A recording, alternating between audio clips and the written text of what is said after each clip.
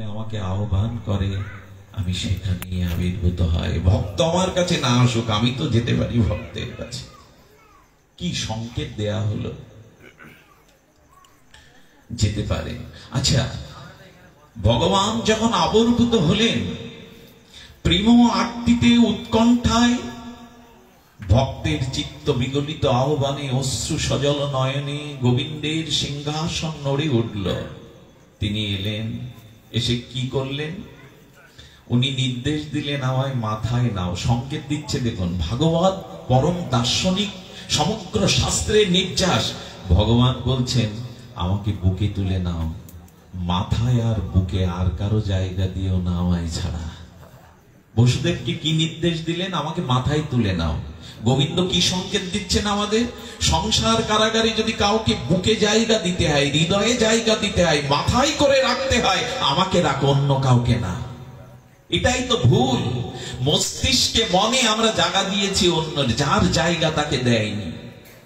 10 বার দিনে বলি, আমি তোমাকে প্রাণের থেকে চাই, প্রাণের থেকে ভালোবাসি। 10 জনকে বলি, প্রাণ ভেতর থেকে বলে, তো তুমি যখন প্রাণের থেকে তাকে চাও, আমি চলে যাচ্ছি, তুমি থাকো ওকে নিয়ে।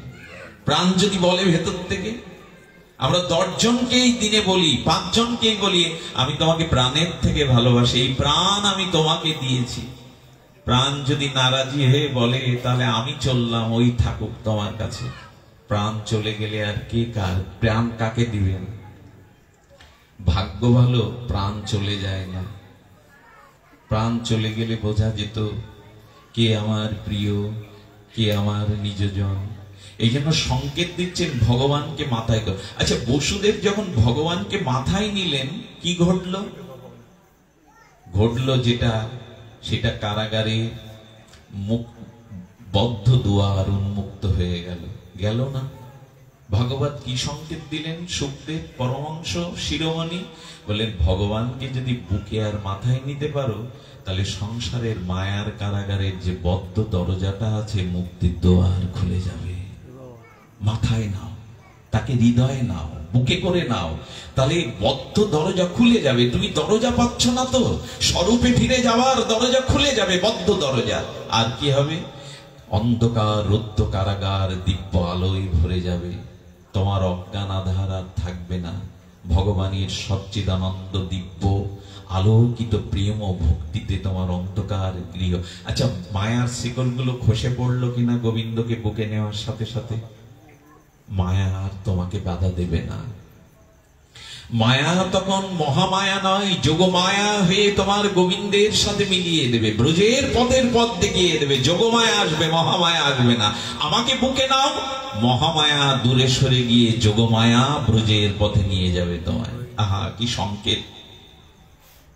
ব্রজের পথে, ব্রজের বৃন্দাবনের প্রেমের পথে, নিকুঞ্জ মন্দিরের পথে নিয়ে যাবে যদি ভগবানকে বুকে নাও। কারাগার বদ্ধ দরজা মুক্ত হলো, বদ্ধ দুয়ার উন্মুক্ত হলো, মায়ার বেড়ি শিকল খসে পড়ল। আর যারা পাহারা ছিল তারাও নিদ্রা বিভূত হয়ে পড়লো। পড়লো কিনা? এরা কারা?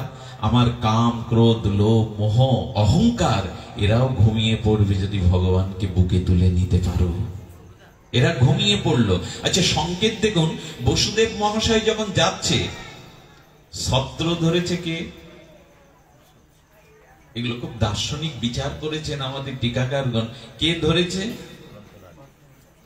অনন্তনাগ মানে শেষ, শেষ অবতার বলা হয়।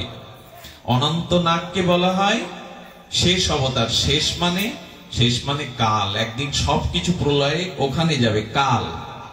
তো কাল বলছে, কালেরও কাল, মহাকালেরও নিয়ন্তা ভগবানকে যদি বুকে নিতে পারো, তাহলে কাল তোমার ছায়া দেবে, কাল তোমায় গ্রাস করবে না।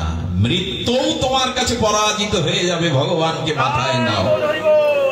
বোঝা গেল না? আমি তো আপনাদের দ্রুত বলে যাচ্ছি। বসুদেব ভগবানকে মস্তকে নিলেন, তো কি হলো? শেষ নাগ, অনন্ত নাগ ছত্র ধরল। নাগ বলছেন, একদিন জগৎ মহাপ্রলয়ে আমাতে মিশবে, আমি কাল। কিন্তু যদি মহাকালের অধীশ্বর পরম নিয়ন্তা ভগবানকে মাথায় নিতে পারো, কাল মৃত্যু তোমায় গ্রাস করবে না, মৃত্যুই তোমায় ছায়া দিয়ে যতনে নিয়ে যাবে। কারণ কালেরও নিয়ন্তা ভগবানের মাথায় যিনি নিয়েছেন ভগবানকে, কাল তার ক্ষতি করবে না। মুরারি মোহন দাসের দেহের খোলসটা সাপের মতো বদলেছে, ওনার নিত্য স্বরূপ রাধা রানীর চরণে চলে গেছে। এক সিদ্ধ বাবা রাধা কুণ্ডে রাগানুগা মঞ্জুরি ভজন করতেন। সিদ্ধ বিজয় কৃষ্ণ গোস্বামী গেলেন তার কুটিরের সামনে। যেই গেলেন দেখলেন বাবাজি মহারাজ দেহটা ছাড়লেন, আর ওইখান থেকে একটা নিত্য কিশোরী মণি ওই দেহ থেকে বেরিয়ে নিত্য লীলার দিকে যাচ্ছে। বাবা বললেন, এখানে তো কোনো বালিকা নেই জঙ্গলে, এখানে তো কোনো ব্রজবাসীর বাস নেই। সাপ যেমন একটা খোলস ছেড়ে আর একটা খোলস ধারণ করে, ঠিক তেমনি বাবাজি মহারাজ রাধারানীর মঞ্জুরি ভাব সাধনার ও রাগানুগা ভজন চিন্তা করতে করতে এই দেহটা ছাড়লো, আর রাধারানীর নিত্য সখী হয়ে মিশে গেল রাধারানীর নিত্য লীলায়। এতে তো মৃত্যু বলে না, একে বলে মৃত্যু জয়। এই জন্য ভগবানকে যদি মাথায় নিতে পারো, মহাকাল পর্যন্ত তোমায় ছত্র ধরে তোমাকে ব্রজের পথে নিয়ে যাবে। এই কি হচ্ছে তোমাদের, কি হচ্ছে, কি হচ্ছে ওখানে?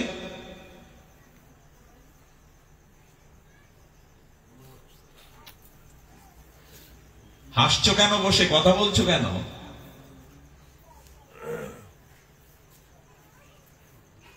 মহাকালও সেদিন তাকে আশ্রয় করবে। এই হলো ভাগবত, এই হলো পথ নির্দেশ।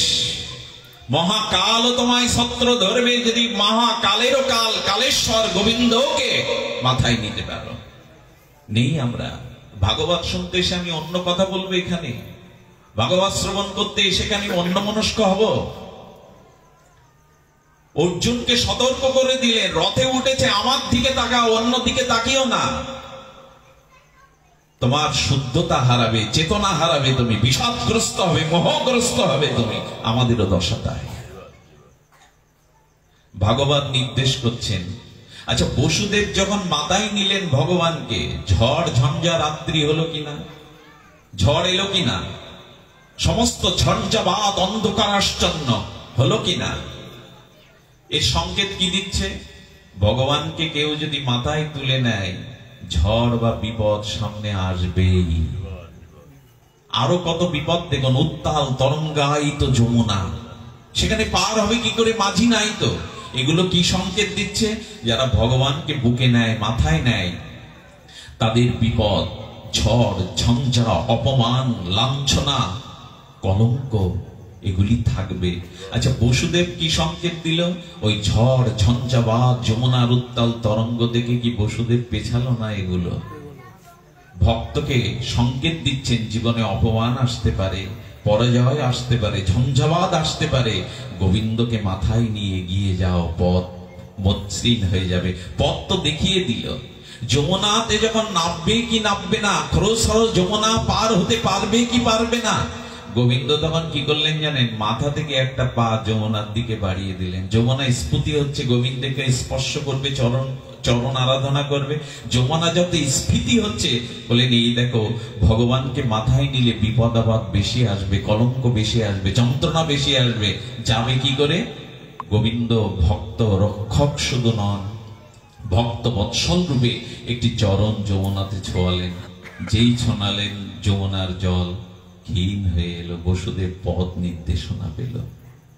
তার মানে তুমি যখন ঝঞ্ঝাবাদী, তুমি যখন জগতের মায়া পরীক্ষায় যন্ত্রণায় পড়বে, পথগ্রস্ত বাধা হবে, তখন গোবিন্দের চরণ কৃপায় সমস্ত বিপত্তি বাধা দূর হয়ে তুমি ব্রজের পথে যেতে পারবে। পথ আর তোমায় বাধা দেবে না, অন্ধকার আর তোমায় বাধা দেবে না। আমি এইটুকু বলতে পারি আপনাদের, যাদের হৃদয়ে ভাগবত আছে, যাদের হৃদয়ে হরিকথা, যাদের হৃদয়ে হরিকথার মালা হৃদয়কে বসিয়েছেন, হরিকথা যাদের জীবাতু, তাদের বেঁধে রাখা ঘরে যাবে না, তাদের পথ আটকানো যাবে না, কোনো বন্ধুর পথ, কোনো কাটার পথ তাদের রুদ্ধ করতে পারবে না, তারা ছুটে যাবেই। এই হলো ভাগবত সংকেত। চলতে হয়তো এই পথেই চলো। বিপদ সংখ্যা অপমান আসবে, বসুদেব চলেছে। আচ্ছা, কোথায় চলেছে? ব্রজের পথে, গোকুলে। মথুরা থেকে চলেছে কোথায়?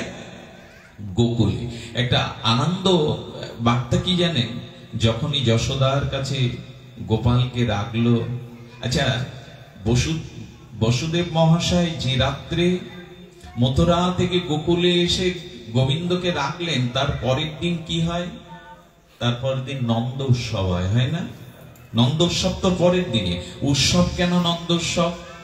উৎসব ততক্ষণ হবে না যতক্ষণ গোকুলে মায়া দেবী থাকবে। ওইখানে যশোদার কাছে এসেছিলেন একটি পুত্র, একটি কন্যা। গোবিন্দ যশোদা নন্দন, শুধু দেবকী যশোদার আরেকটি নাম হলো দেবকী। একই সাথে গোবিন্দ দুই রূপ ধরে এসেছিলেন। দেবকীর ওখানে শঙ্খচক্র গদা পদ্মধারী তিনি বাসুদেব কৃষ্ণ, আর নন্দেন নন্দন যশোদা নন্দন অখণ্ড পরতত্ত্ব কৃষ্ণ এসেছিলেন যশোদারি গর্ভে। যশোদারি গর্ভে এসেছিলেন। একই সাথে দুটো শিশু। গোবিন্দ বহুরূপ হতে পারেন। কি হলো? আকাশের বুকে বিদ্যুৎ চমকায় না? আকাশের বুকে বিদ্যুৎ চমকিয়ে মেঘের মধ্যে যেমন হারিয়ে যায়, বসুদেব মহাশয় এই গোবিন্দকে রাখলেন, আর যশোদানন্দন গোবিন্দের মধ্যে এই শরীরটায় বিদ্যুতের মধ্যে যেমন মেঘে মিশে যায়, এও মিশে গেল। এটাই ছিল গুরু মহারাজ আস্বাদন দিয়েছেন ভাগবত টিকায়, মিশে গেল। আর কি হলো? যতক্ষণ মায়া আছে সেখানে আনন্দ নাই। এই জন্য আদেশ করলো, ওই মায়ারূপ কন্যাটিকে তুমি মথুরায় নিয়ে যাও। আচ্ছা, ওকে নিয়ে যাওয়ার কথা বললেন কেন? বলে মায়া যতক্ষণ আছে ততদিন উৎসব বা আনন্দ।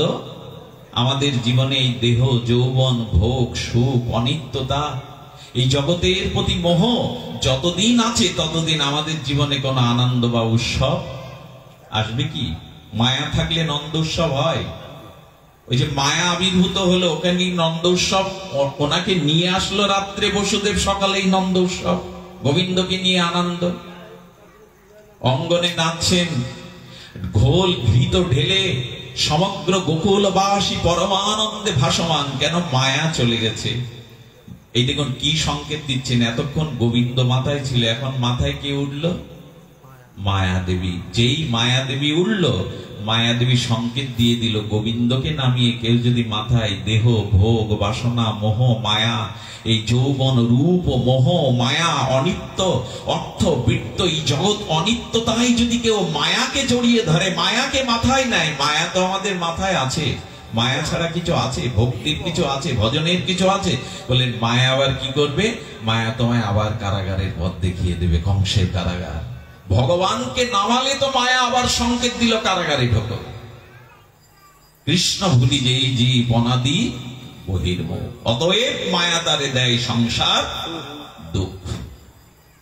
যেই কৃষ্ণ নামালো, মায়া মাথায় তুললো, মায়া আবার কারাগারে পুরলো, আবার হাতে শৃঙ্খল হলো, আবার অন্ধকার নেমে এলো, আবার প্রহরীরা জেগে উঠলো। এই হলো ভাগবতের সংকেত।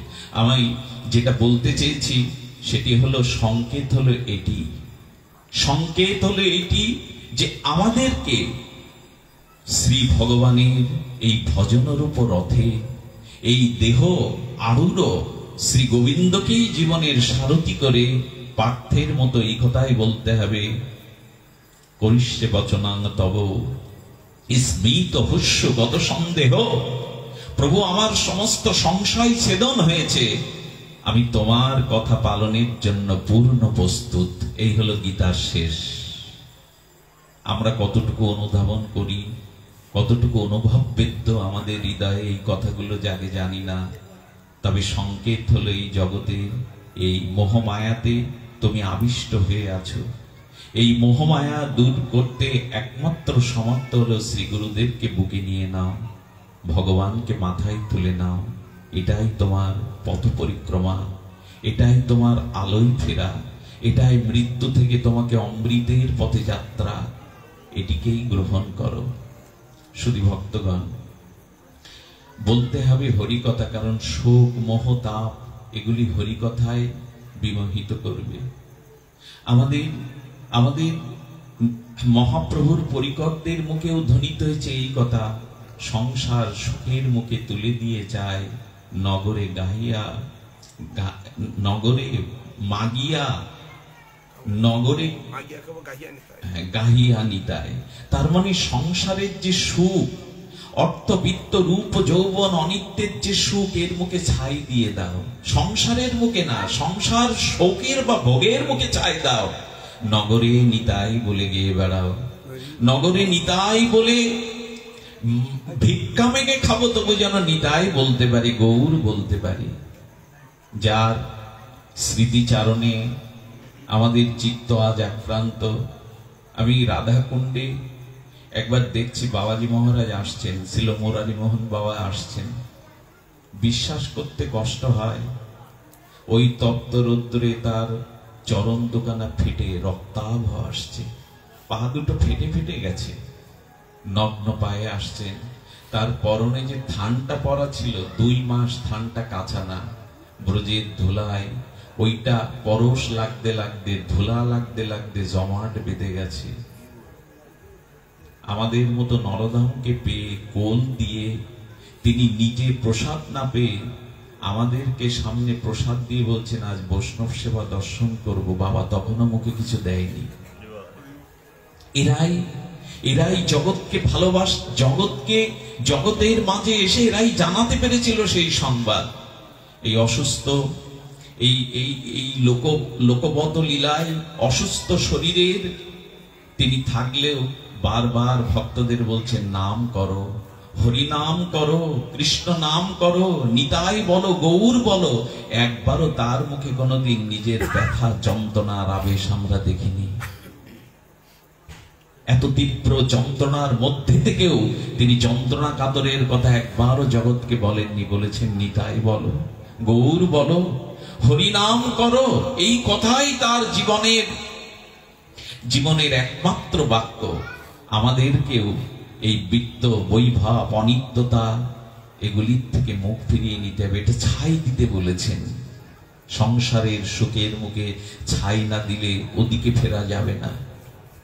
শুধু ভক্তগণ, এই জন্য শাস্ত্র বলে দিয়েছেন যে আমাদের এই কাল কবলিত সময়ে আমাদের একটাই কেবল জিনিস স্মরণ করতে হবে। আমি ভাগবতটা আজ একটু দেখছিলাম, সেখানে আপনাদের স্মরণ করিয়ে দেই গজেন্দ্র উপাখ্যান। এই গজেন্দ্র উপাখ্যান 6ষ্ঠ অধ্যায়ের 6ষ্ঠ আমাদের স্কন্দের 9ম অধ্যায়ে ব্যক্ত হয়েছে।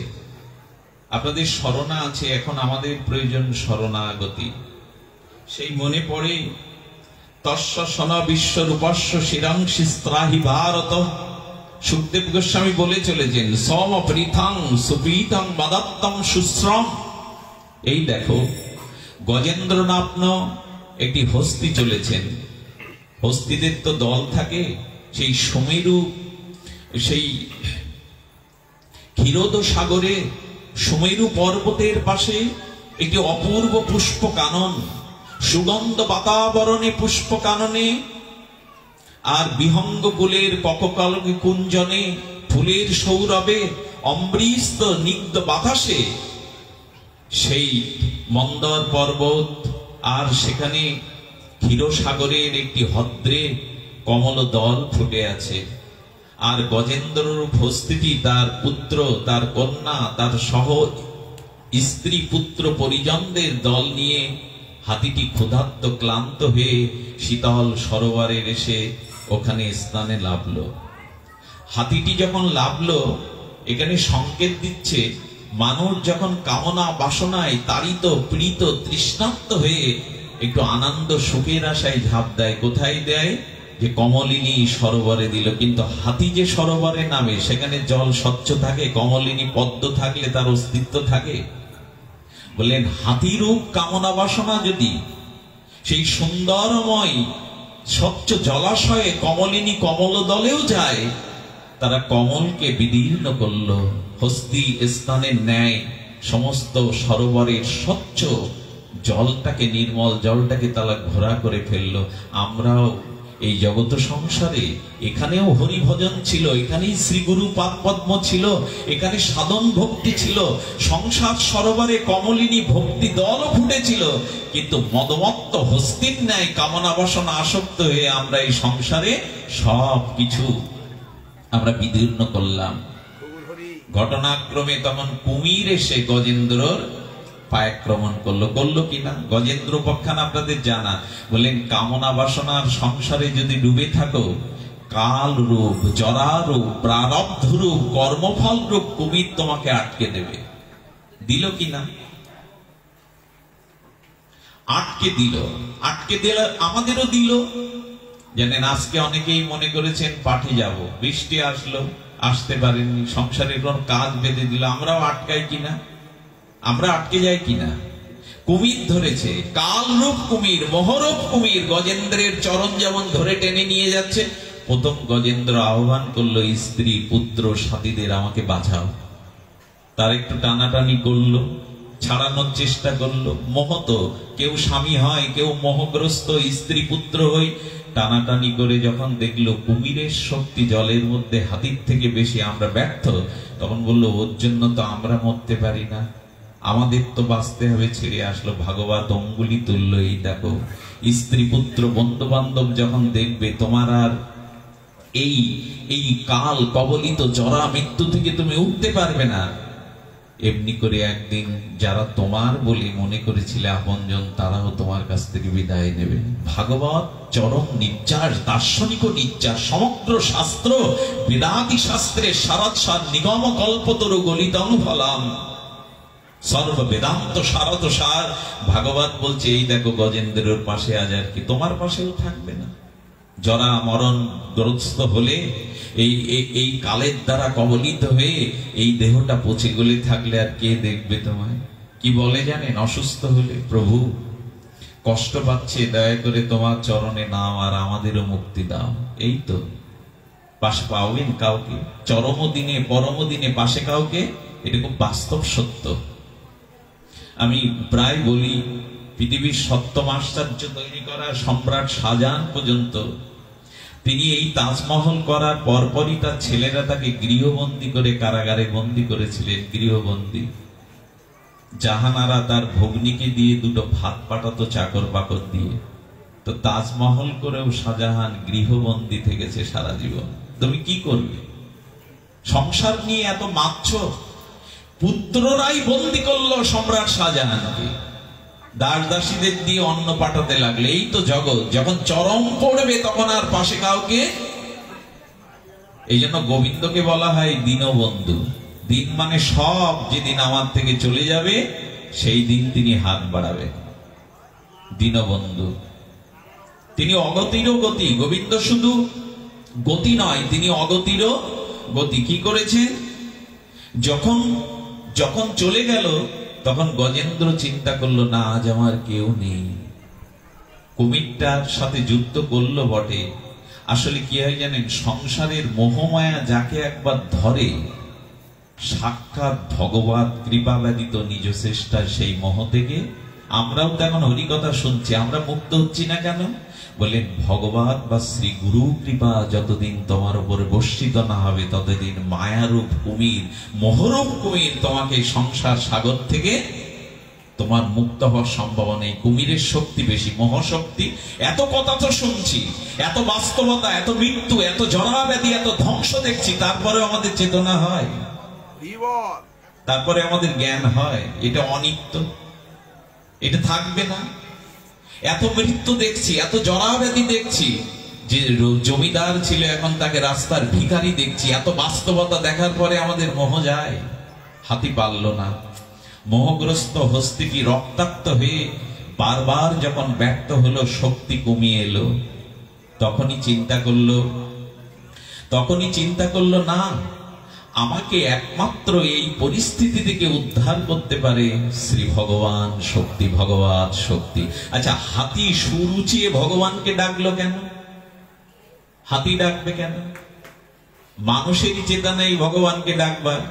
বললেন, একটা কথা বলি আপনাদের, আপনারা যারা যেখানে এসেছেন না, এক জন্ম আসেননি, তার মানে এখানে বলা হচ্ছে, সংকেত দিচ্ছে গজেন্দ্র ভগবানকে ডাকবে কেন?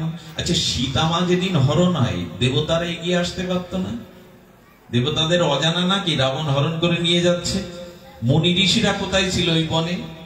তারা এগিয়ে আসতে পারত না? এগিয়ে এলোকে সীতামাকে বাঁচানোর জন্য জটায়ু, একটা পাখি, তাও বৃদ্ধ পাখি, শক্তিহীন পাখি প্রায়, জটায়ু।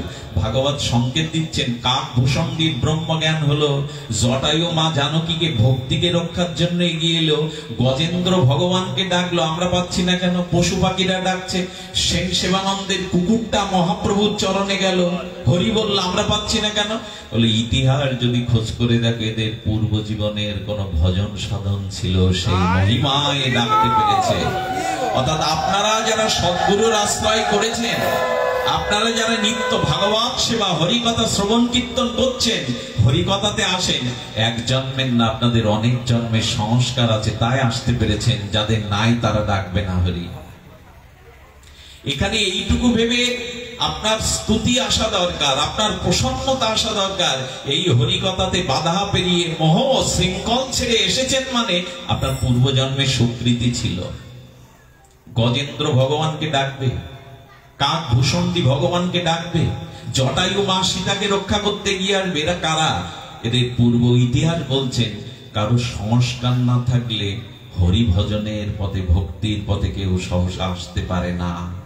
জানবেন এদের অনন্ত জন্মের ভাগ্য আছে আপনাদের। বহু নাম জন্ম নামান্তে জ্ঞানবানাং প্রবর্ততে বাসুদেব সর্বমিতি সমহাত্মা সুদুর্লভ। তারাই দুর্লভ যারা জন্ম জন্মান্তরের বাসুদেবকে ভজন করেছে, তাই এই পথে আসতে পেরেছে। সকলের জন্য এই পথ না, সকলে পথে আসবে না বলে কই উপদেশ দিয়ে পথে কাউকে আনা যাবে না। সংস্কার চাই।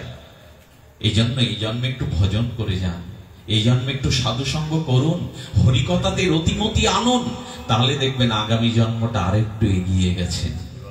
ভগবান ভজন করতে আর তখন আপনার বাধা হবে না। স্বামী স্ত্রী পুত্র কন্যা সকলেই কৃষ্ণমুখী হবে, সকলেই ভক্তি পরায়ণ হবে, সকলেই ভজনানন্দী হবে। এই জন্মটা একটু এগিয়ে থাকুন।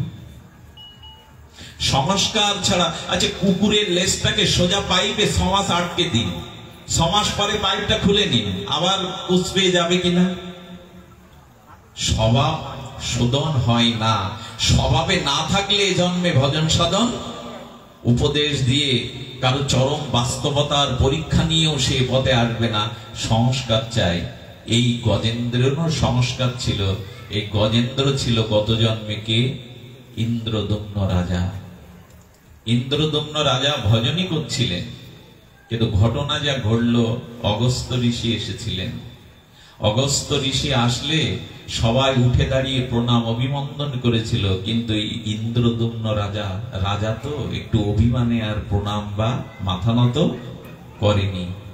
অগস্ত্য অভিশাপের ক্ষমতা ছিল, বলল সাধুগুরু দেখে যারা মাথা না নয়, বৈষ্ণব দেখিয়া যে বা না নয় মুন্ডু, তার মুন্ডু কাটা পড়ে নরকের কুণ্ড। এটা সাহিত্যিকের লেখা পয়ার না, কোনো কবিতার লাইন না। এটা গৌড়ীয় বৈষ্ণবের হাদ্য, এটা গৌড়ীয় বৈষ্ণবের সিদ্ধান্ত মঞ্জুষা।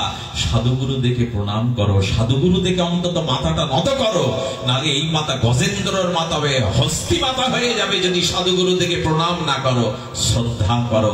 বৈষ্ণব দেখিয়া যে বা না নয় মুন্ডু, তার মুন্ডু কাটা পড়ে নরকের কুণ্ডু। সাধুগুরু বৈষ্ণবকে সম্মান করুন, মর্যাদা দিন। সাধুগুরু বৈষ্ণবের সামনে অভিমান অহংকার নিয়ে মাথা উঁচু যেন না থাকে, বৈষ্ণব চরণে যেন সর্বদা অবনত মস্তক থাকে। সাধুগুরু বৈষ্ণব শুদ্ধ ভক্তদের দেখলেই মহাপ্রভু বলে দিয়েছেন কাকে প্রণাম করবে না তুমি। তিনি বলছেন কুকুর অচণ্ডাল ব্রাহ্মণন্ত করি দণ্ডবেগ করিবে বহুমান্য করি। পণ্ডিত কারা? সেই প্রকৃত পণ্ডিত যিনি হস্তিকে, যিনি কুকুরকে, যিনি ব্রাহ্মণকে সমদৃষ্টিতে দেখেন। বিদ্যা জানলেই সে পণ্ডিত, ডক্টরেট করলেই সে পণ্ডিত।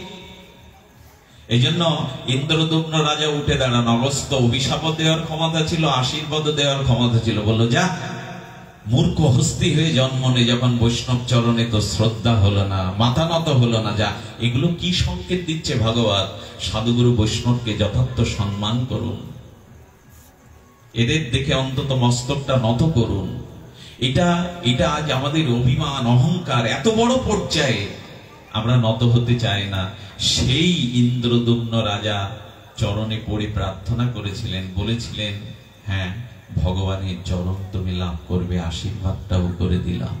ভজন করেছে তো, ভজন তো নষ্ট হয় না।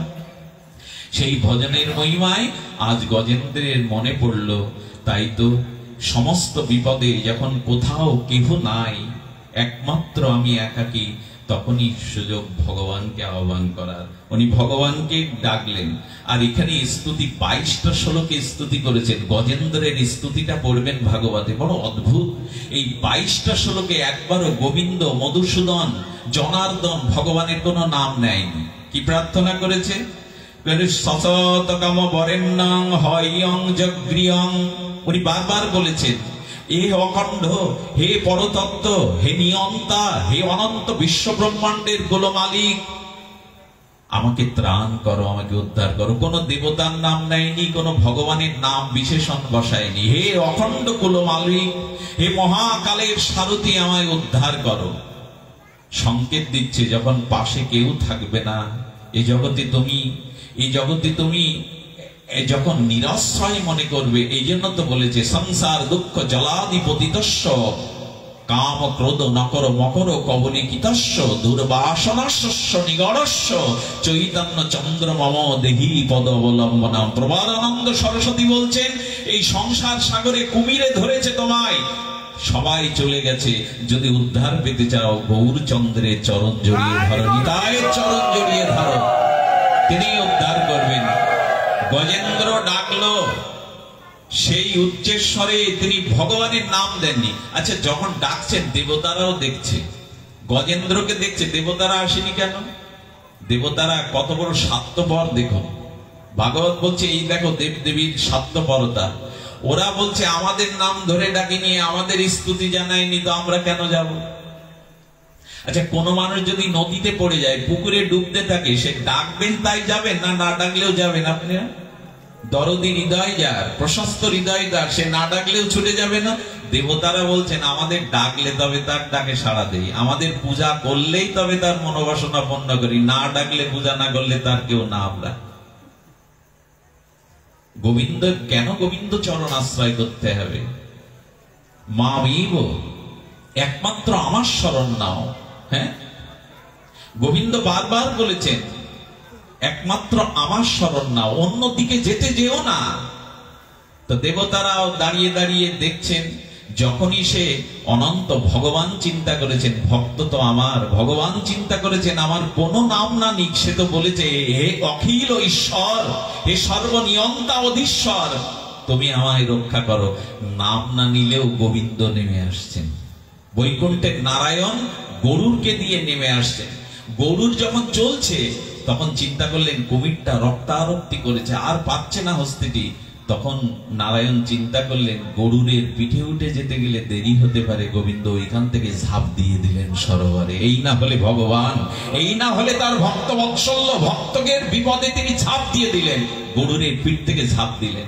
যখন উপর থেকে আসছে, গোবিন্দের চুলগুলো, শ্রীমান বিলাসমূর্তি বৈকুণ্ঠ অধীশ্বর নারায়ণের চুলগুলো আলোথালো হয়ে যাচ্ছে, 19 বস্ত্ররা মুখটা ঢেকে যাচ্ছে, গোবিন্দ সরিয়ে সরিয়ে নারায়ণ বারবার নেমে আসছেন। এই হলো ভক্তবৎসল। গরুরের পিঠে উঠে তার আসার সময় নাই। দ্রৌপদী দিদিন ডাকলো, হে দ্বারকা দেহি সময় লজ্জা নিবারণ করো। গোবিন্দ চিন্তা করলেন আমি উড়ে যেতে সময় লাগতে পারে, তাতে দ্রৌপদীর বস্ত্র খুলে নিতে পারে। গোবিন্দ সেদিন মৎস্য কুর্ম বরাহের মতো শাড়ি বস্ত্র অবতার হয়ে শাড়িগুলো উড়িয়ে দিয়েছিলেন, নিজে শাড়ি হয়ে গিয়ে দ্রৌপদীকে বেষ্টন করে লজ্জা নিবারণ করলেন। এই হলো ভক্তবৎসল গোবিন্দের মহিমা। নিজের যেতে দেরি হতে পারে, শাড়ি অবতার হয়ে পেঁচিয়ে ধরলেন দ্রৌপদীকে। কত বড় ভক্তবৎসল! গরুরের পিঠ থেকে ঝাঁপ দিলেন। মা ঝাঁপ দেবে না যদি দেখে বারান্দা থেকে সন্তান পড়ে যাচ্ছে, মা ঝাঁপ দেবে কিনা? হেঁটে হেঁটে আসবে?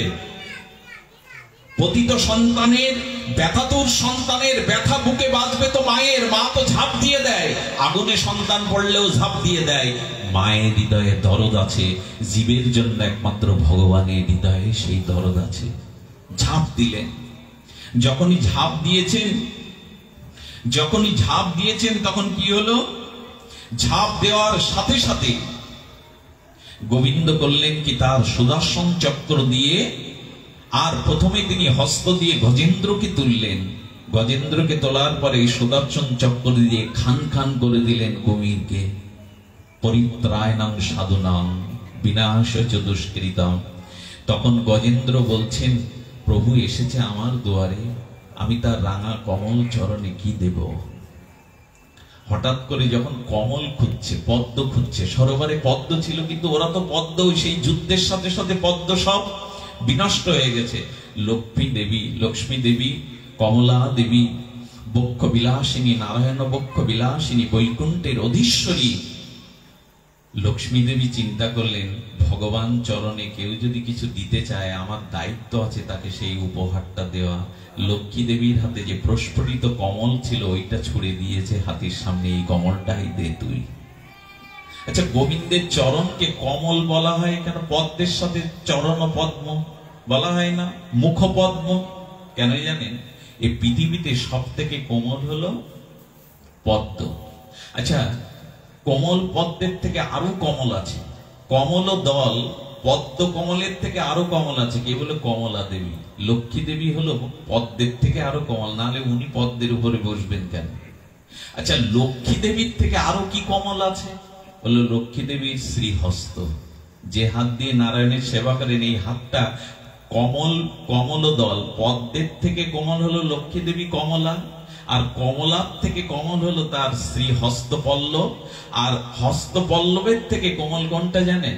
লক্ষ্মী দেবীর শ্রীহস্ত যখন ভগবানের চরণ সেবার জন্য হাত দেয়, তখন চরণটা লাল হয়ে ওঠে, লালিমায় ভরে যায়। অর্থাৎ কমলা দেবীর থেকে, কমলা দেবীর হস্ত কমল থেকে এই পৃথিবীতে সব থেকে কোমল, কমল থেকে কমলতর গোবিন্দের চরণ কমল, ওখানে লাল হয়ে যায়। লক্ষ্মী দেবী যখন সেবার জন্য হাত দেন তখন লাল রক্তিম রাঙা হয়ে, এত কমল গোবিন্দ চরণ। তো লক্ষ্মী দেবী পদ্মটা দিয়ে দিলেন, সঙ্গে সঙ্গে পদ্ম ফুলটা নিয়ে গোবিন্দের চরণে দিয়ে দিলেন। ওই একটি পদ্মেই আহ্বানে গোবিন্দ হস্তিরূপ পরিত্যাগ করে তাকে স্বরূপ রূপে চতুর্ভুজ মূর্তি দিয়ে দিলেন। শঙ্খচক্র গদা পদ্ম মূর্তি দিয়ে নারায়ণের বৈকুণ্ঠের পরিকার করে নিজ রথে করে গরুরের পিঠে তাকে বৈকুণ্ঠে আনলেন। ওগো, যদি বিপদে পড়ে থাকো, মোহমায়ায় সংসারে আবষ্ট হয়ে থাকো, ভগবানকে ডাকো, শরণাগতি গোবিন্দকে ডাকো। এই দেখো তিনি কি করে নিত্য স্বরূপে ফিরিয়ে নিয়ে গেলেন গজেন্দ্রকে। যেই গজেন্দ্র গেছে, দেখে লক্ষ্মী দেবীর পাশে একজন নূতন বৈকুণ্ঠ পরিকার বসে আছেন। স্বয়ং নারায়ণ লক্ষ্মী দেবীকে বলছে, লক্ষ্মী কে এই নূতন পরিকার? কে? শঙ্খচক্র গদা পদ্ম বৈকুণ্ঠের পরিকার কে? বললেন, প্রভু একটু আগে ও এখানে চলে এসছে। কে ও? বললেন, প্রভু চিনতে পারছো না? বলে না। বলে, তুমি যাকে উদ্ধার করতে গিয়েছিলে সেই তো এলো। বলে, আমি তো উদ্ধার করতে গিয়েছিলাম গজেন্দ্রকে। এ কে? আমি তো গজেন্দ্রকে সাথে নিয়েই এসেছি, এ কে? আহা, লক্ষ্মী দেবী যে কথা বলেছিল আজকের অনুষ্ঠানের একটি সার কথা। লক্ষ্মী দেবী তখন করপল্লবে হাত জোর করে বলছেন, গোবিন্দ, আমার জানা আছে ভগবান, তোমাকে যে ভজন করে, তোমার চরণাশ্রয় যে করে, সন্দেহ আছে সে তোমায় পেতেও পারে, নাও পেতে পারে। আবার শুনুন কথাটি, লক্ষ্মী দেবী বলছেন, হে ভগবান, তোমার চরণ যারা আশ্রয় করে, তোমার ভজন যারা করে, সংশয় আছে তোমাকে সে পেতেও পারে, নাও পেতে পারে। কিন্তু তোমার ভক্তের চরণ যে আশ্রয় করে আছে, সেখানে সংশয় নেই, সে তোমাকে পাবেই পাবে। এতে কোনো সংশয় নেই যে তোমার ভক্তের চরণ ধরে আছে। বলেন, এই পরিকর কে জানো? যে কুমিরটা তোমার এই গজেন্দ্র ভক্তের চরণ জড়িয়ে ধরেছিল, সেই কুমিরটাই ওই গজেন্দ্র বা তোমার আগে বৈকুণ্ঠের পরিকর হয়ে এখানে এসেছে। আচ্ছা, কুমিরটা কার চরণ ধরেছিল? গোবিন্দের না ভক্ত গজেন্দ্র? বললেন, গোবিন্দের চরণ আপনি যদি ধরেন, পেতেও পারেন, নাও পেতে পারেন, কিন্তু ভক্ত চরণ আশ্রয় করলে আপনি নিঃসংশয় ভাবে ভগবানকে পাবেন। এই জন্য বারবার বলছেন, আমাকে দাসানুদাস করো, বৈষ্ণবের দাসের অনুদাস করো আমায়। ভক্তের চরণ ধরে থাকুন, নিঃসংশয় আপনি ভগবানকে পাবেন। ভগবানের চরণে থাকলে সমস্যা আছে, সংশয় আছে, কিন্তু ভক্ত চরণ আশ্রয় করলে আর কোনো সংশয় নাই। কত বড় সিদ্ধান্ত দিয়েছে ভগবান। যে কুমিরটা তার চরণ ধরল, সেই গিয়ে আগে নিত্য পরিকার হয়ে বসল। গজেন্দ্র পরে গেল, ভগবান পরে গেল। যে ভক্ত ছাড়া, ভক্ত চরণ আশ্রয় ছাড়া আমাদের আর কোনো, যেহেতু অধিবাস, আকাশটাও মলিন হয়ে আছে, তবু বৃষ্টিটা বিরহের জন্য, বৃষ্টিটা শীতলতার জন্য।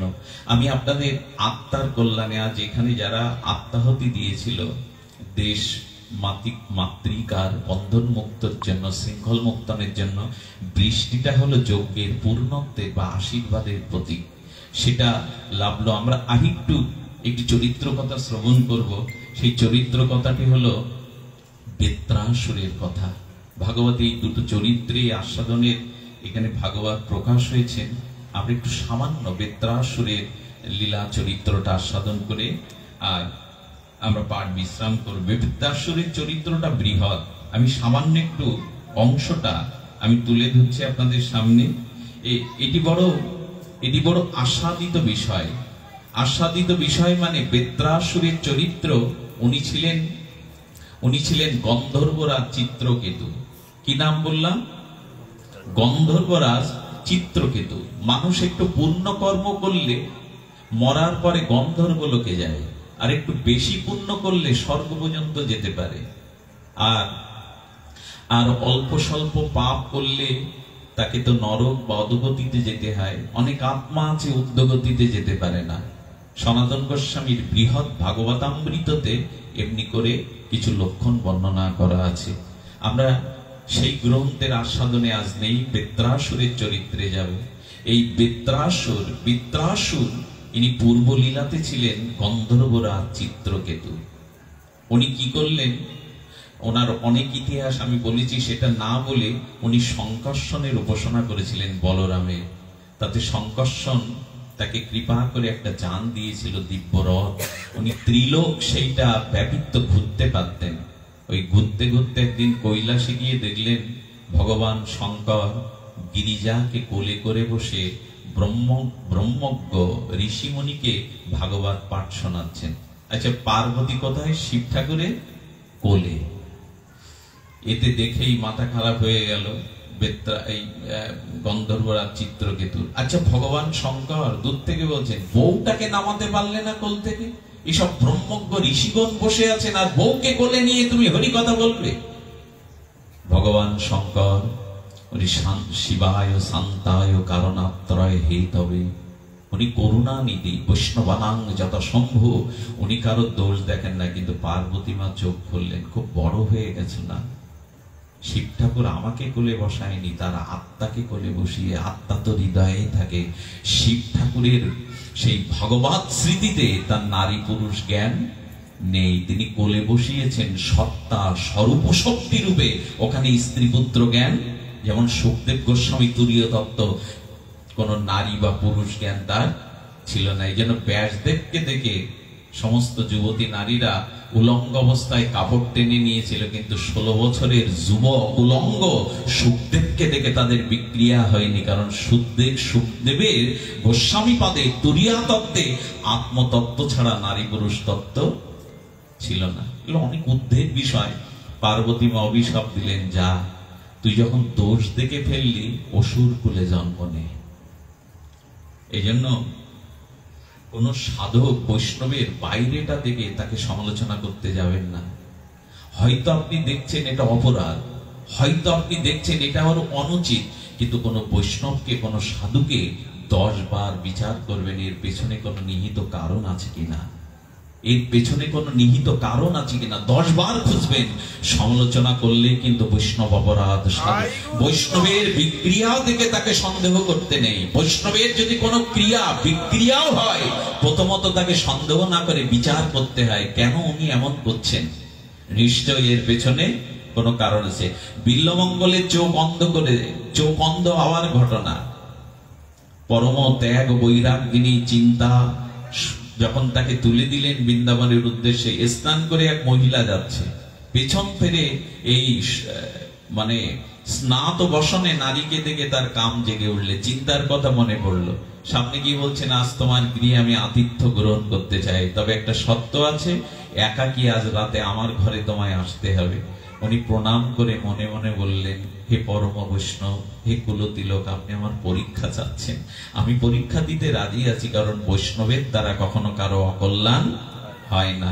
এই দেখুন, এখানে বিচার এসছে। আপনার বিশ্বাস যদি, শ্রদ্ধা যদি অটুট থাকে, তাহলে সমাগত বৈষ্ণব যদি দুরাচারীও হয়, আপনার শ্রদ্ধা বিশ্বাসের কাছে সে পরাজিত হবে। আপনার ক্ষতি করবার ক্ষমতা অন্তত ভগবান তাকে দেবে না। ক্ষতির জন্য এসেছে, অসৎ সে, সাধুরূপী শয়তান, কিন্তু আপনার শ্রদ্ধা বিশ্বাস থাকলে গোবিন্দ আপনাকে রক্ষা করবেন, ক্ষতি হতে দেবে না। আমরা এখন ভালো সাধুকে দেখলেও সন্দেহ করি। এই জন্য সাধুগুরু বৈষ্ণবের কোন ক্রিয়া থেকে বিক্রিয়া মনে করে তার কাছে অপরাধ হবেন না। সঙ্গে সঙ্গে বলল, যা অসুর কুলে যা, তোর আসুরিক স্মৃতি এসে গেছে, অসুর কুলে জন্ম নে। চিত্রকেতু রাজা মাকে প্রণাম করলেন, গিরিজাকে। কি বললেন জানেন হাসি মুখে? মা, তুমি আমার ঘর পরিবর্তন করলে, কিন্তু আমার ভক্তি নষ্ট করবার ক্ষমতা তোমার নাই। দুর্গা দেবীকে বলছেন, তুমি আমাকে এই গন্ধর্ব রাজ থেকে অসুর কুলে দেহ পরিবর্তন করলে, ঘর পরিবর্তন করলে, কিন্তু ভক্তি পরিবর্তনের ক্ষমতা মা তোমার। শিব ঠাকুর বলছে, দেখো এই হলো বৈষ্ণব। ও তোমায় উল্টে অভিশাপ দিতে পারত, সে ক্ষমতা, সে ভজন মহিমা ছিল, কিন্তু বৈষ্ণব কাউকে অভিশাপ দেয় না। ও তোমাকে ক্ষমা করলো, এই হলো বৈষ্ণব। তুমি খামাকে অভিশাপ দিয়ে বসলে। আসলে পার্বতী দেবী, গিরিজা দেবী তখন বললেন, ও যে বলল প্রভুর ভক্তি নষ্ট হবে না, ওই ভক্তি একদিন তাকে আবার ভগবানের চরণ পাইয়ে দেবে। এই বেত্রাসুর কে?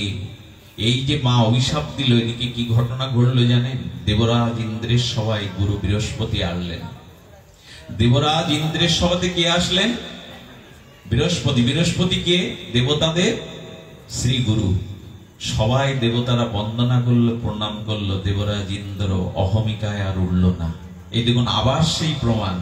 গুরুকে যখন সম্মান করলো না, বৃহস্পতি তখন অভিশাপ দিল। অভিশাপ দিয়ে বলল, তোরা স্বর্গরাজ্য চ্যুত হবি, আমার এখানে থাকবো না। যেখানে অপমান, গুরুদেব চলে গেলেন বৃহস্পতি।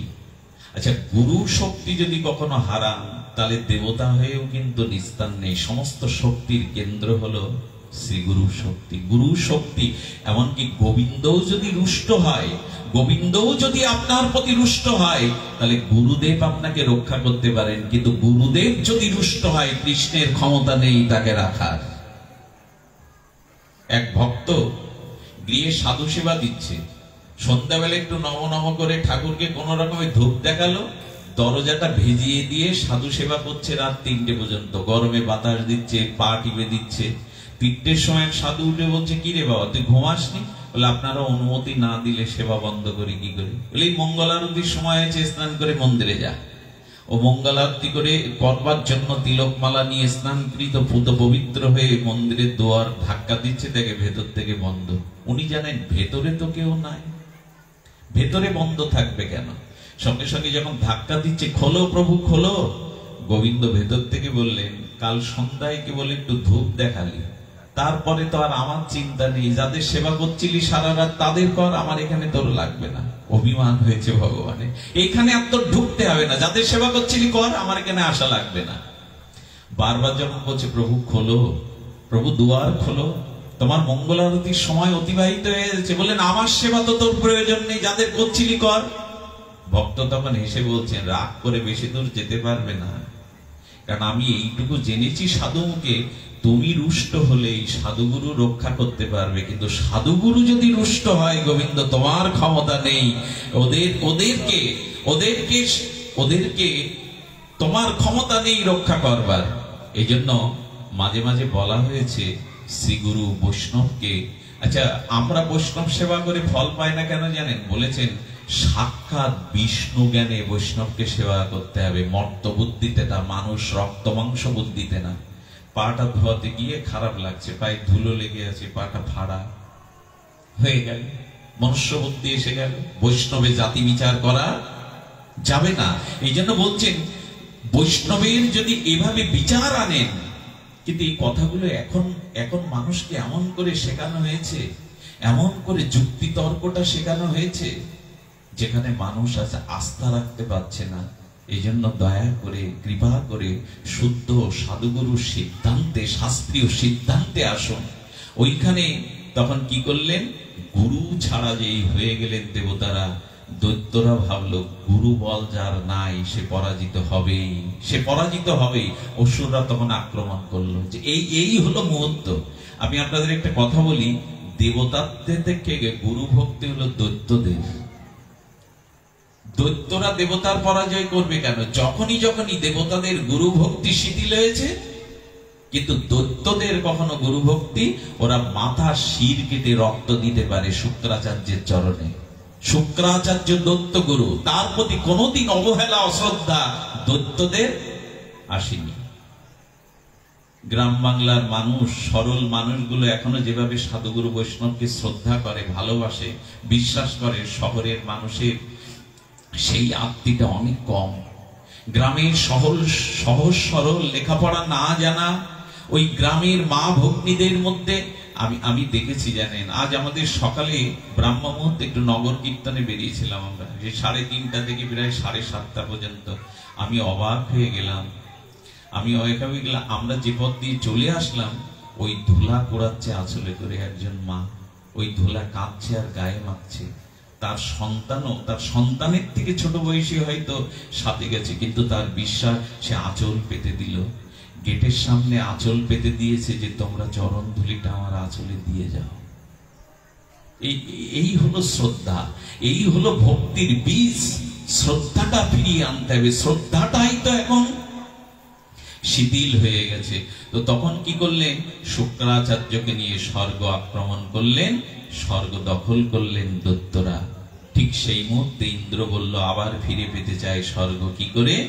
সমস্ত দেবতাদের মিটিং এই সিদ্ধান্ত হলো একজনকে গুরুকরণ করতে হবে। গুরু শক্তি বিনা ফিরে পাওয়া যাবে না। ত্রষ্টা ঋষির পুত্র বিশ্বজিৎকে গুরু বরে বরণ করলো ইন্দ্র। ত্রষ্টা ঋষির পুত্র বিশ্বজিৎ, ওনার ছিল 3টে মস্তক। সেই বিশ্বজিৎকে গুরুকরণ করার পরে যখন ওনাকে গুরুদেবের আসনে বসালেন স্বর্গে, এই ত্রষ্টা ঋষির স্ত্রী ছিলেন দৈত্যকুলের। এই জন্য দৈত্যের পেটেতে হয়েছে বিশ্বজিৎ। এই জন্য দেবতাদের হোম যজ্ঞ করতে করতে, দেবতাদের স্থিতি বর্ধন করতে করতে, ও মাঝে মাঝে ওষুধ, স্বভাব তো যায় না, ওষুধদেরও যজ্ঞে আহুতি দিয়ে তাদের শক্তির কামনা করতে। ইন্দ্র দেখে ফেললো, কি আমার খাবে, আমার করবে, আর তুমি ওষুধদের, দৈত্যদের মঙ্গল কামনা করে আহুতি দিচ্ছ। অস্ত্র নিয়ে কেটে ফেললেন গুরুদেবের মাথা। দেবতাদের অবস্থা দেখুন। একটু নিজের স্বার্থে ঘা পড়েছে, তাতে বিশ্বজিতের মস্তকই কেটে নিলেন। 3 মস্তক। মস্তক যখন কাটলেন, একটা মস্তক দিয়ে হয় এই চাতক পাখি, প্রথম মস্তকটা দিয়ে হয় এই চাতক পাখি। যখন কেটে ফেললেন, তখন ইন্দ্রের কি হলো? ব্রহ্ম হত্যা পাপ, গুরু হত্যা পাপ লাগলো। তো ব্রাহ্মণের ছেলে, মুনির পুত্র, এই পাপ যখন লাগলো, তখন দেবতারা হায় হায় করলো, তুমি ব্রহ্ম হত্যা পাপে লিপ্ত হয়েছে, গুরু হত্যা পাবে, আর এই স্বর্গরাজ্য আমরা কখনো ফিরে পাবো না। দেবরাজ ইন্দ্র তখন বলল, স্বর্গরাজ্যে যদি অসুররা থাকে, তাহলে বৈদিক যাগ যজ্ঞ পূজা পার্বণ পৃথিবীতে নষ্ট হবে, পৃথিবীতে শৃঙ্খলা থাকবে না। তখন পরামর্শ দিলে, তোমার এই ব্রহ্ম হত্যা পাপ 4 ভাগ করে 4 জায়গায় দিয়ে দাও। দিয়েছিল কাদের জানেন? 25-25 করে। প্রথমে দিল পৃথিবীকে। পৃথিবীর যেখানে দেখবেন প্রকৃতির গুণগতভাবে গর্ত, অনেক বড় গর্ত, এবং সেখানে মাটি দিয়ে পোড়ালেও কোনো ফসল হয় না, মরু হয়, এই জায়গাগুলো 25 ভাগ ব্রহ্ম হত্যা পাপ পেয়েছে। যে জায়গাগুলো দেখবেন প্রকৃতির ভাবে গর্ত এবং ওখানে পূরণ করলেও মরু ছাড়া কোনো ফসল উৎপাদন হয় না, যেখানে, এই হলো 25 ভাগ পাপ ইন্দ্র কাছ থেকে নিয়ে নিলেন। কারণ দেবতাদের তো রাখতে হবে না, এই জগতের অমঙ্গল হবে। আর 25 ভাগ পাপ জলকে দিয়ে দিলেন।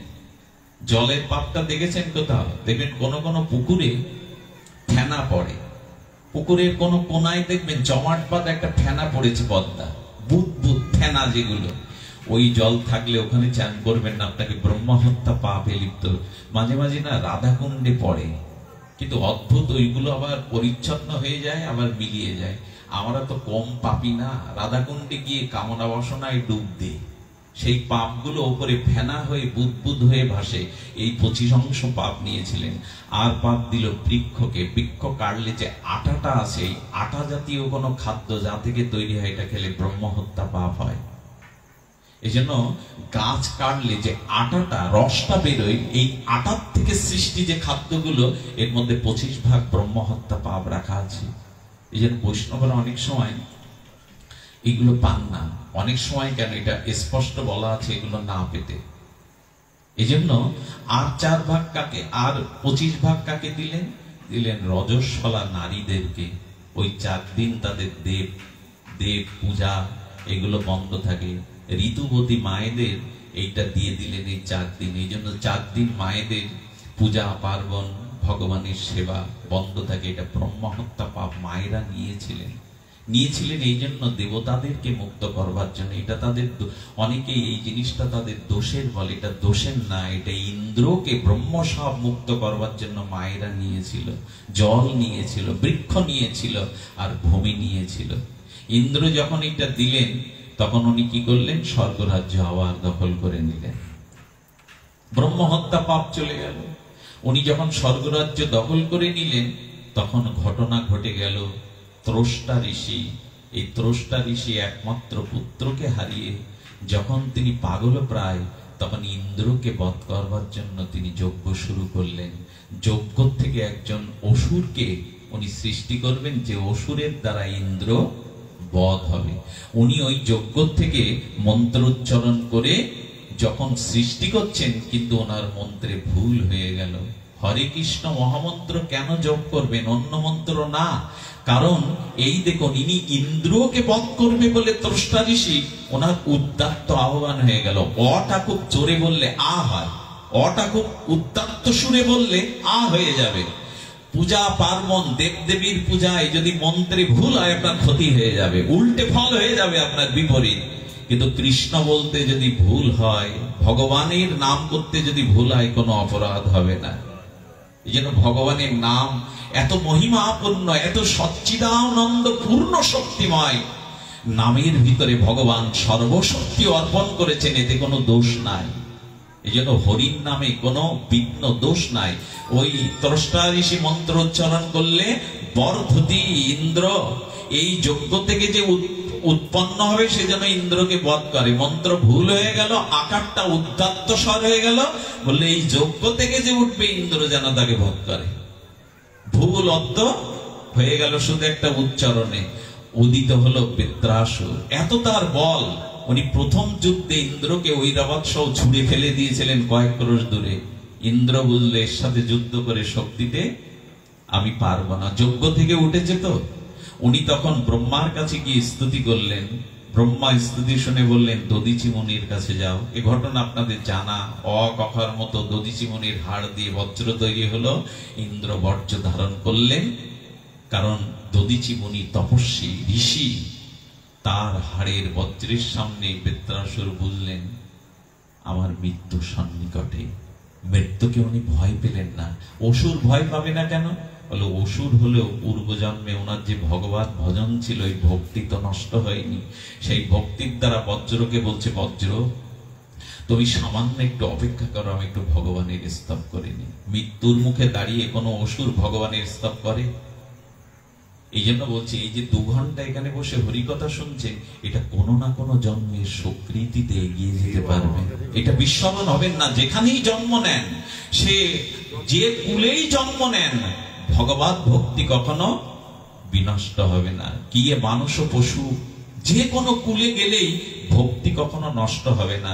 বৃত্রাসুর তখন হাত জোড় করে বললেন, হে বজ্র, আমি মৃত্যুর জন্য ভয় পাই না, প্রস্তুত আছি, আমাকে একটু ভগবানকে স্মরণ করতে দাও। মৃত্যুর সময় ভগবানের বজ্রের সামনে দাঁড়িয়ে ভগবানের স্মরণ হয়, বলো ভক্তি যার আছে তার হয়। সে এই ভুলটা করে না। কি প্রার্থনা করছে? অহং হরে তব পাদ কমল মূলা দাসানুদাস ভবিষ্যামি। প্রার্থনা করছেন তখন। মন শরত সুখপতে শতাংশে গৃহীত বাক কর্ম করতু কথম। হে প্রভু, হে অখিল বিশ্বেশ্বর, হে অরিন্দম সুন্দর, হে সচ্চিদানন্দ ভগবান রসব্রহ্ম, আমার বাক্য যেন শুধু তোমার গুণগান করে, আমার হস্ত যেন তোমার চরণ সেবা করে, আমার জিহ্বা যেন তোমার নাম উচ্চারণ করে, আমার সমস্ত মস্তক যেন তোমার চরণে গৃহীত বাক কর্ম তু, আমার বাক্যের দ্বারা, মনের দ্বারা, সমস্ত ইন্দ্রিয়ের দ্বারা যেন তোমার ভজন হয়, তোমার ভজন করতে পারি। মৃত্যুর মুখে দাঁড়িয়ে এই প্রার্থনা কে করতে পারে? ভক্তি যার আছে, ভক্ত যে সেই তো পারে। প্রার্থনা করছেন, ভগবান তখন সামনে এসে দেখা দিয়েছেন। গোবিন্দ দেখা দিয়ে বলছেন, বাহ বেত্রাসুর, তোমার প্রার্থনা বড় হৃদয় স্পর্শী। আচ্ছা, তুমি আর কিভাবে আমাকে ভজনা করতে চাও? আর কিভাবে তুমি আমাকে ভক্তি করতে চাও? বেত্রাসুর তখন বারবার বলছেন আচ্ছা আমি খুশি হয়েছি, তুমি আমাকে স্মরণ করেছো, এখন কি বর চাও চাও। ভগবান বর দিতে চাইছেন, হাত জোর করে করজোর করে তখন গেয়ে উঠলেন সেই ভাগবতের পরম নিচ্ছরণী ধ্রুব সঙ্গীত। গেয়ে উঠলেন বেত্রাসুর, নাক পৃষ্ঠা নচ পরমেষ্ঠাং। শ্লোকগুলি আমি তো, আমার মেধা নাই, শ্লোকগুলো যখন ব্রজের আস্বাদনে ওনারা বলেন, ভক্ত প্রভার পণ্ডিত প্রভার ভেসে যেতে হয়। বিশ্ব বৈষ্ণব চূড়ামণি রাধাকুণ্ডের মুকুট, বিশ্ব পাবন পদরেণু ছিল বৈষ্ণব পদ বাবাজি, যখন এগুলো বলেন না কেঁপে ওঠে, যেন বিল্ডিং গুলো সজীব হয়ে গেছে, গাছ গাছালি গুলো নেচে উঠছে। এই শ্লোকটা উনি যেভাবে আস্বাদন করেন, ন কপিষ্ঠা না পরমেষ্ঠাং না সার্বভৌমং না রসাদিপদমা। আমি ব্রহ্মপদ চাই না, আমি স্বর্গপদ চাই না, পৃথিবীর অধীশ্বর হতে চাই না। এই দেখুন ভক্তির প্রার্থনা, ভক্তের প্রার্থনা। ন যোগ সিদ্ধর পুনং ভবং বা, আমি পুনঃ পুনঃ যোগ সিদ্ধি চাই না। সমঞ্জস্যতা বিরহজস্য কাঙ্ক্ষে, প্রভু আমি দুঃখে থাকি, আমি বিরহের মধ্যে থাকি, আমি ব্রহ্মপদ রসাদিপদ পৃথিবীর আধিপত্য চাই না। আমি বিরহের মধ্যে দুঃখের মধ্যেও যেন তোমার চরণে স্মরণ রাখতে পারি, তোমার ভজন করতে পারি। এই হলো নিষ্কিঞ্চন ভাগবতের প্রার্থনা, যেন তোমার চরণে স্মরণ নিতে পারি। সমঞ্জস্যতা বিরহজস্য কাঙ্ক্ষে, আমার একমাত্র আকাঙ্ক্ষা তোমার চরণ ভজন। মৃত্যুর মুখে দাঁড়িয়ে, বজ্রের মুখে দাঁড়িয়ে এই প্রার্থনা করছেন। আর কি বলছেন? তখন ভগবান বললেন, বাহ বেত্রাসুর, আমার হৃদয় বড় প্রশস্তি হলো। তুমি স্বর্গপদ চাও না, ব্রহ্মপদ চাও না, জগতের নিপতির পদ চাও না, তোমার আকাঙ্ক্ষা কেবল আমার চরণ ভজন করার। আচ্ছা তুমি আমাকে কিভাবে ভজন করবে? এটি বলেই আমার পাঠ বিশ্রাম। এটি বড় বিরল। যতবার পাঠ করি, যতবার হৃদয় স্ফুরণ হয়, ততবার মনে হয় একটা নূতন আলো পেলাম, একটা ভরসার স্থল পেলাম, একটা মসৃণ স্থান পেলাম। এই প্রার্থনাটা এমন। বেত্রাসুর তখন হাত জোর করেছে, আপনারা শুনেছেন প্রার্থনা, কিন্তু মর্মস্পর্শী। কি বলছেন? অজাতপক্ষ ইব খগা। প্রভু আমি তোমাকে কি করে ডাকতে চাই জানো? প্রভু নীড়ে বসে মা পাখিটি ডিমগুলি তা দিয়েছে। পাখি খড়গুটো নিয়ে বাসা তৈরি করে ডিম তা দেয় না বাবা? গভীর মনোযোগে নিবিষ্ট করে ডিমটা তা দিয়ে কেবল বাচ্চাটা সদ্য প্রকাশ হয়েছে, ডিম থেকে তার শাবকটা কেবল প্রকাশ হয়েছে। আর মা কি করেছে? শাবকগুলির জন্য শস্য কেটে খাদ্য আনতে উড়ে গেছে। আর ওই বৎসগুলি সদ্য নীড়ে, সদ্য ডিম থেকে ওই বৎসগুলি তখন চোখ অস্পষ্ট, চোখটা তখনও মেলেনি, পাখাটা তখনও পুরোপুরি মেলেনি। তখন কি করছে জানেন? তখন চি চি করে তারা মাকে ডাকে না, ছোট পাখিটা। বেত্রাসুর বললেন, হে প্রভু, ওই অস্পষ্ট, যার চোখ মেলেনি, অস্পষ্ট, আর যার পাখা মেলেনি, ওই বাচ্চাটা যেমন সদ্য মায়ের নীড়ে বসে মাকে চি চি করে ডাকে, আমিও যেন ওইভাবে তোমায় ডাকতে পারি। কত বড় প্রার্থনার মর্মস্পর্শী অনুভব। বলছেন অগ্নি করে যেন আমি ডাকতে পারি। আহা, একবার ভেবে দেখুন তো, ওই পাখিটার কথা মনে করুন তো। বাসা থেকে মা চলে গেছে, পাখনা মেলেনি, চোখও স্পষ্ট ফোলেনি, সে তখন যেমন চি চি করে ডাকে, হে প্রভু তোমাকে যেন ওইভাবে আমি ডাকতে পারি। ভগবানের চোখে জল এসে গেল। বেত্রাসুর, তুমি এমনি করে আমায় ডাকতে চাও? উনি হাত জোর করে বললেন, প্রভু আমার এই চাওয়াটা ভুল হয়ে গেছে, আমার এই চাওয়াটা ভুল হয়ে গেছে। আমি আরেকটি জিনিস চাইছি, আরেকটি প্রার্থনা পূরণ করো। আমি এমনি করেই তোমায় ডাকতে চাই। ভুল কেন? বলে, প্রভু তোমার চরণ ছাড়া জগতে তো আর কিছু আমি চাই না। ইন্দ্রপদ, ব্রহ্মপদ, জগতের কোনো বিষয় পদ চাই না, এই তো আগে বললাম। কিন্তু পাখিটা শুধু তার মাকে চাইছে না, চি চি করে সে তো তার মাকে চাইছে না, তার উদারে ভীষণ ক্ষুধা আছে, জন্মের পরে ক্ষুধা থাকে, তো সেই ক্ষুধার জন্য মায়ের সাথে সাথে খাদ্য শস্যপনাটাও সে চাইছে। তার মানে ভগবানের চরণ চাইতে গিয়ে যদি 8-10টা কামনা বাসনা চেয়ে বসেন, ওটা নিষ্কাম হবে না, ওটা সকাম হবে। তাই বললে আমার আগের চাওয়াটা ভুল হয়ে গেছে প্রভু। কত বড় প্রার্থনা! এরকম চাওয়াকে বলছেন, কারণ ওখানে মাকে চাওয়ার সাথে সাথে খাদ্যটাও চাইছে। গোবিন্দ চরণ ছাড়া অন্য কিছু তত্ত্ব ওখানে এসে যাচ্ছে। বলে কি চাও তাহলে? তখন উনি বলছেন, স্তনং বৎস ক্ষুধাতর বৎসলা। বললেন প্রভু আমি চাই কেমন যেন, মা গাভী মাতাটি বৎস প্রসব করেছে, গাভীমার বাছুর হয়েছে, সেই ভূমিষ্ঠ বৎসটি গালের লালা চেটে চেটে মা তাকে দাঁড় করালো। আর দাঁড় করানোর সাথে সাথে পরের দিন রাখাল এসে মা গাভীটা নিয়ে যাচ্ছে। ছোট বাছুর মার সাথে নেবে না, তাই বাছুরটাকে বেঁধে মা গাভীকে নিয়ে গেল। হাম্বা হাম্বা রবে বাছুরটা চিৎকার করে সারাদিন ডাকলো মার প্রতীক্ষায়, যেদিক দিয়ে রাখাল নিয়ে গেছিল। গোধূলি বেলায় উত্তর গোষ্ঠ থেকে রাখাল যখন মা গাভীটা ফিরিয়ে আনে, এই ছোট্ট বাছুরটা দড়ি দিয়ে আবিষ্ট বাঁধা থাকে, সে যেমন দড়ি কেটে মাকে দেখে হাম্বা হাম্বা রবে মায়ের কাছে ছুটে যেতে চায়। আমি অমনি করে তোমার কাছে যেন, তোমাকে ভজনা যেন এইভাবে করতে পারি, আমি যেন ছুটে যেতে পারি ওই বৎসটি বাছুরটির মতো, অমনি করে যেন ছুটে যেতে পারি। স্তনং যস্য বৎসতর বৎসলা। ভগবানের চোখে আবারও জল নেমে এলো। আহা, এমন দৃষ্টান্ত হয় ভাগবত ছাড়া? সারাদিন পর মা গাভীটা ফিরছে, রাখাল ফিরিয়ে আনছে, আর বৎসটি দড়ি কেটে হাম্বা হাম্বা রবে ছুটে যেতে চায়। বলেন এমনি করে আমি তোমার চরণে ছুটে যেতে চাই। ভগবান তখন বললেন, আমার হৃদয়ে বড় আনন্দ হচ্ছে, তুমি আর কিভাবে আমাকে চাও? বৃত্রাসুর তখন হাত জোড় করে বললেন, আমার এই চাওয়াটাও ভুল হয়ে গেল। এই চাওয়া ভুল। কেন ভুল? বললেন প্রভু আগের থেকে এটা উন্নত। আগে মা আর শস্য দানা আলাদা আলাদা ছিল, বাকিটার মধ্যে তো শস্য দানা ছিল না। কিন্তু এখন গাভী মাও আছে, আর গাভী মার বাটে দুধও আছে, আলাদা আলাদা নয়। কিন্তু বাছুরটার লক্ষ্য শুধু মা না, সারাদিন যে দুধ খায়নি ক্ষুধা, সেই দুধের দিকেও কিছুটা দৃষ্টি আছে। ভগবানকে চাইতে গিয়ে যদি আর কিছু বা চেয়ে বসি, তাহলে ভগবানের বিশুদ্ধ ভক্তি, নির্মলা ভক্তি হয় না। প্রভু আমার এই চাওয়াটাও ভুল হয়ে গেল। গোবিন্দ বলছেন, তাহলে আর কিভাবে আমাকে চাও তুমি? আর কিভাবে ভজন করতে চাও? এই বেত্রাসুরের উপাখ্যান যাতে নাই, সেটা ভাগবত না।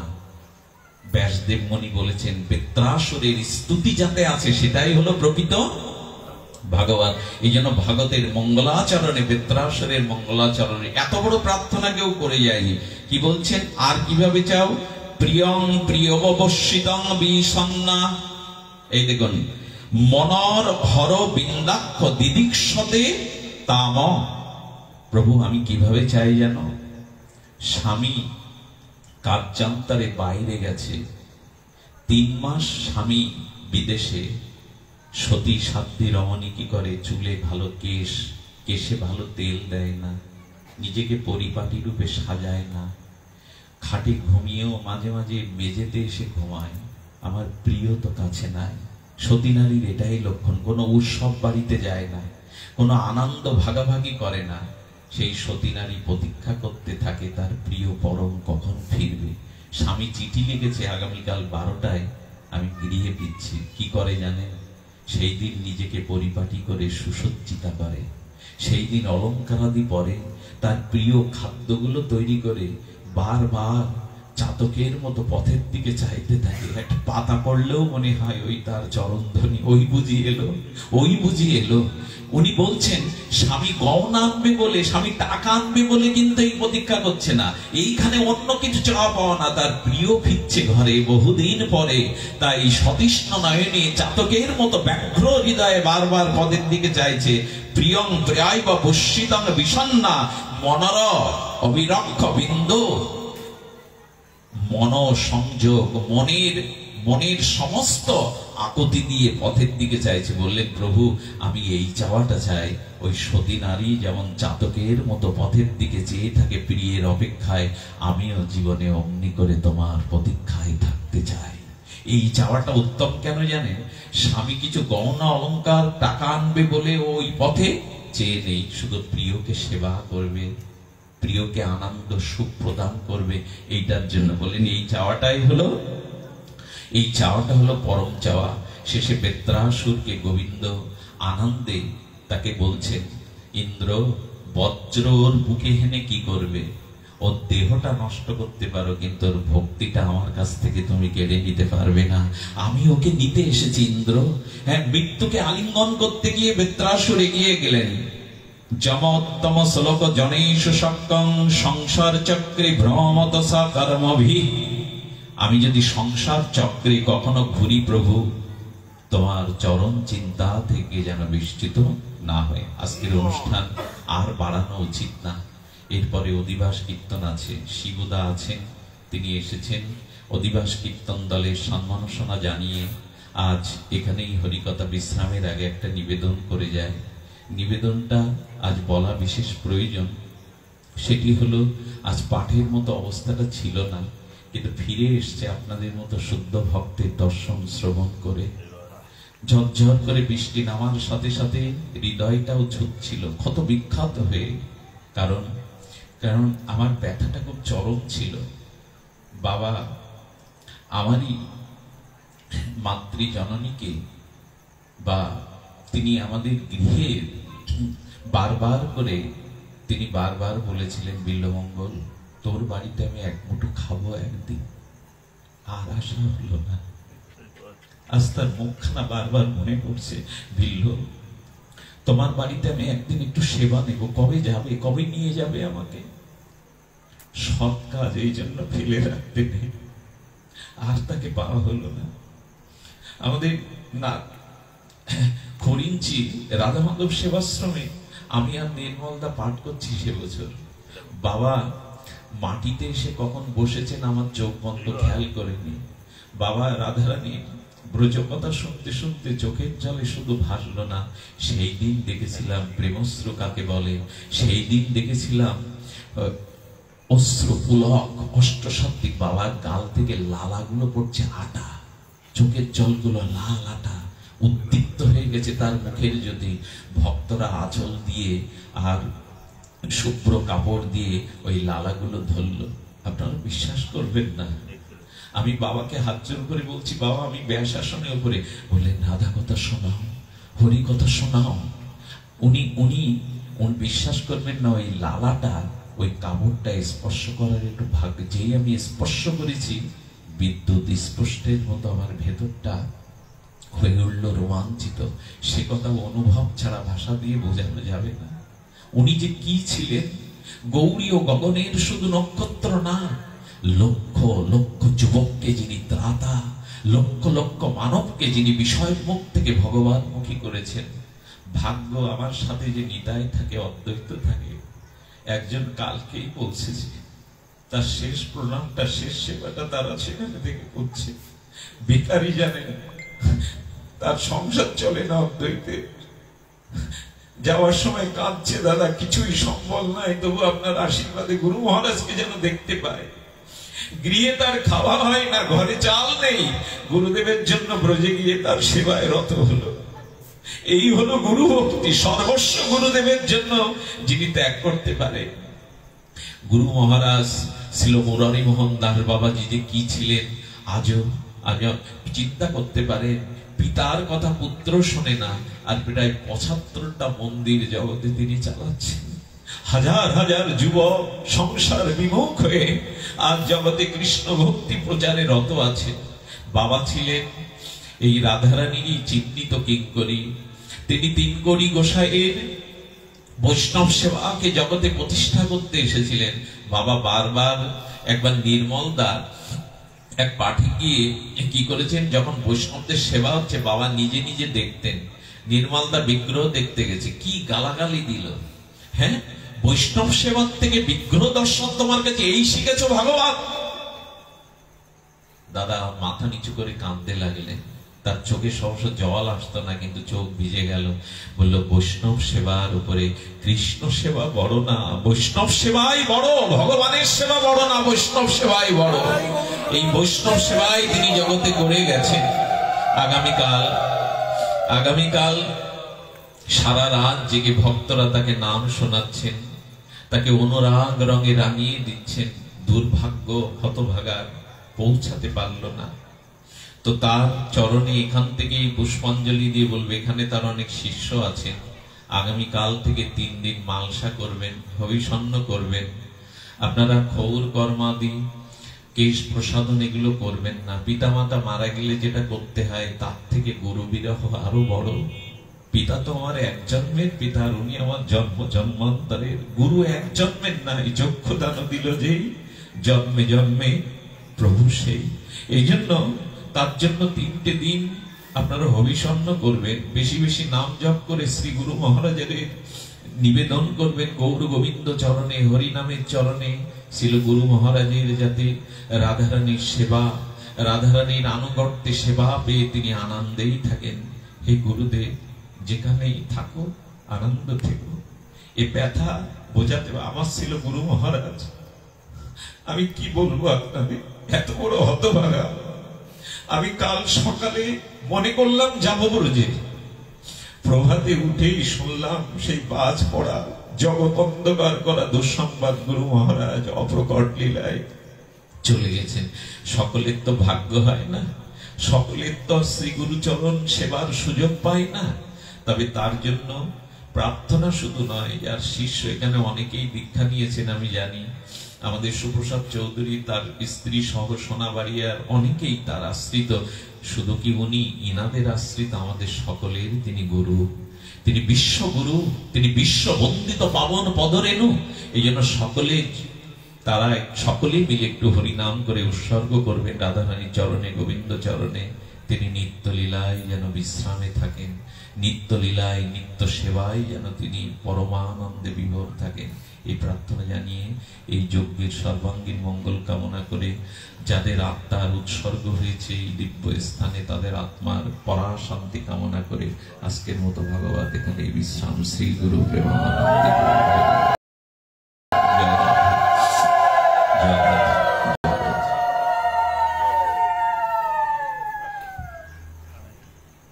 এখন অধিবাস কীর্তন আমাদের পরম বৈষ্ণব চূড়া শিবদা আছেন, তার সাঙ্গ